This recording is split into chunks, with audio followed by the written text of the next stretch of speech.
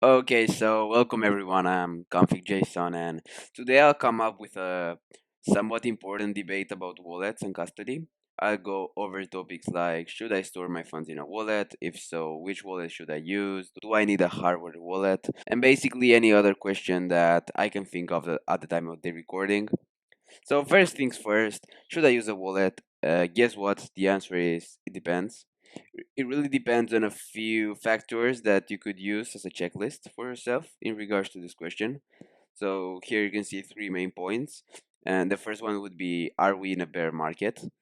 In bull, there's almost no risk of insolvency for exchanges. Lending businesses go well and everyone makes money by aping shitcoins. And yes, I'm talking here about 3AC and Alameda. The only thing I'd be careful here about is you don't want to wait until a major pullback to withdraw your funds. At the first sign of weakness, you just withdraw and better be safe than sorry. This is about beginners or people that don't want to complicate their journey too much with the DeFi side of crypto. But if you manage wallets properly, then I say there's no reason for you to not use them. The next check would be, do you have a considerable stack? By this I mean something that you rather protect than throw away. So if you just bought your first $100, then there's clearly no point in wasting gas fees unless you really want to learn. Back to what I was saying, if you're serious about it, then I say you need to have a good place to store your capital. And the final check or point would be, are you in the stage of buying and holding? What I describe in my video purpose of crypto as layer one. So if you are in the stage, maybe you want to avoid the fear of missing out or FOMO that can cause having your money easily accessible. Personally, I fit in all 3 points, so using a wallet is really beneficial for me. And yeah, again, if any of these results is yes, then you might see beneficial to use a wallet to store your funds. It's as simple as that, I say. Let's move on to the next point about what kind of wallet you should be using. And here there are like two main types, which almost anyone will be able to recognize. And the first type would be software wallets. So they hold your keys in a server, so they're not in your full control. As maybe you can suppose, they lack some security. And there are people who have got drained because of many reasons, like malware, or I guess even by getting hacked into your network.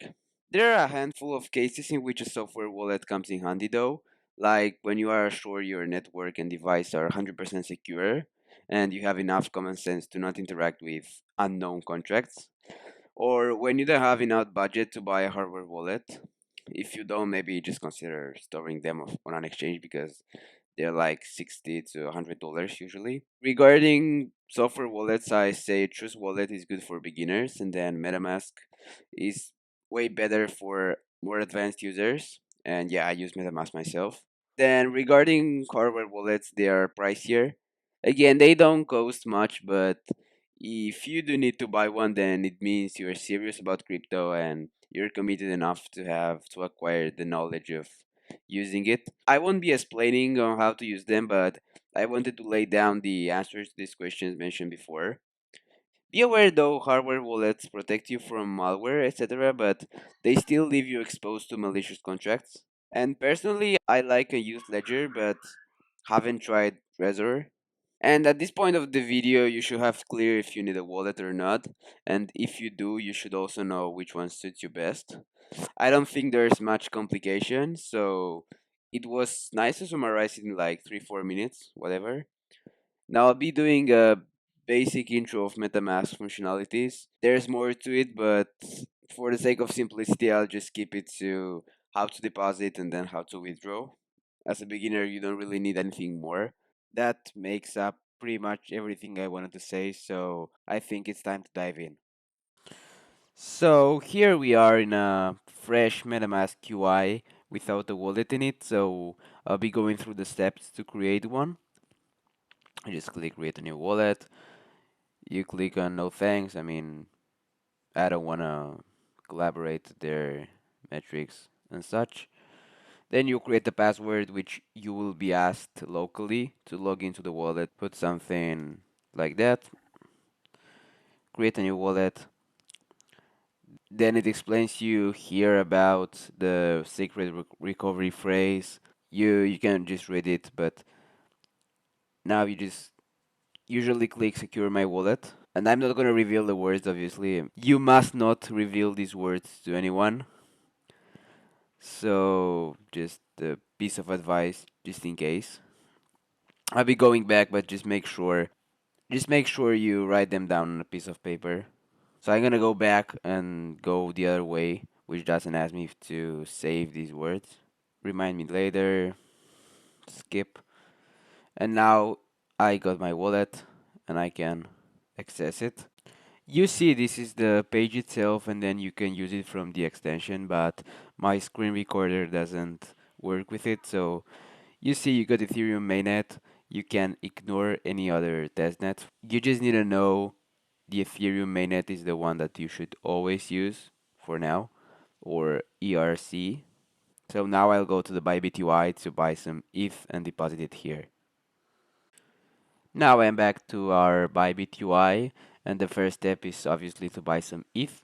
You just go trade, you buy some Ethereum here from here. We'll just buy $50. Just go buy at market, I don't care, and just go click $50 and we buy it. Simple. Now we go to spot and click withdraw. You need to enter the wallet address, which we will get from the MetaMask just in a second. Then we'll click ERC. As I said before, this is what represents the Ethereum mainnet. Arbitrum is a layer 2, which is a chain that works on Ethereum. Same with Optimism. And then BSC is Binance Smart Chain. But I'm gonna just stick to Ethereum mainnet, which is what we saw in the MetaMask UI. And then for the amount, I just gonna go with everything. Oh, it will subtract me the gas fee. Now I'll go ahead and copy the MetaMask wallet address. And now we are here on MetaMask again. We just click copy to clipboard and we'll be copying our wallet address. It's as simple as that. And now I'll go back to Bybit. Now we paste the wallet address and just click submit. You see there's a confirmation and now it will ask you for a security code and I will come back later after I complete those. It's completed now. I submitted the withdrawal. I just need to wait for a few minutes, usually between 5 and 10 on ERC. So the exchange needs to process the withdrawal, and on chain you will receive it instantly. But if you were to withdraw from exchange to exchange, then you need the first one to process the withdrawal and then the second one to process the deposit. So in that case, it will last a bit more. So we are back to MetaMask. You see, I received $48.21 because of gas fees, which took me a bit. I received it in a few seconds, but as I said before, if it's between exchange and exchange, it could last a few minutes. Now we can go to activity. See, I received it. If you click, you see more details. If you click view on Block Explorer, then it will bring you to Etherscan and see the transaction itself.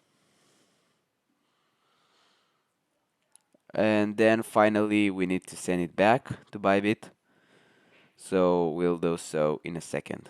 You click send. And now you need a wallet address, which we need to get from Bybit.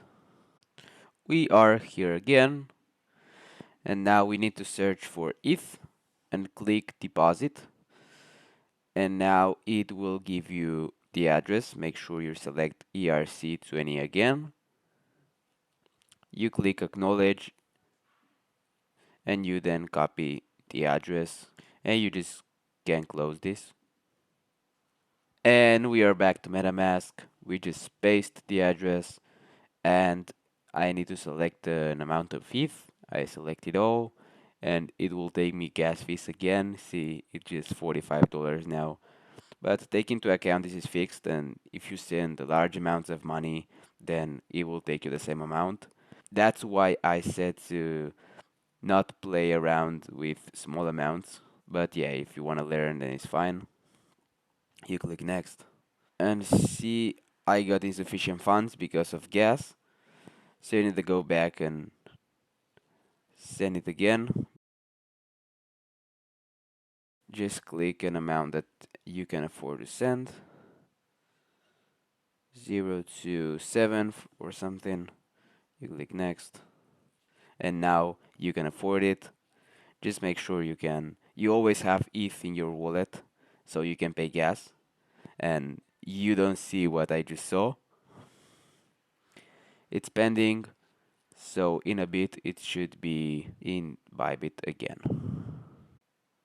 I received it within a few minutes. So you see at 25, it was in progress and it lasted 4 minutes for it to confirm. And I have the balance available again. I can just go and sell now. Go again on spot, Ethereum USDT. Click sell at market again. And I sell it all. And see 44.44 plus those $2 that are left in my wallet right now. Hopefully you learned something new today. Hopefully it was helpful. You can always give me feedback. You can always DM me for any questions you have. So I hope to see you in the next one, and thanks for watching.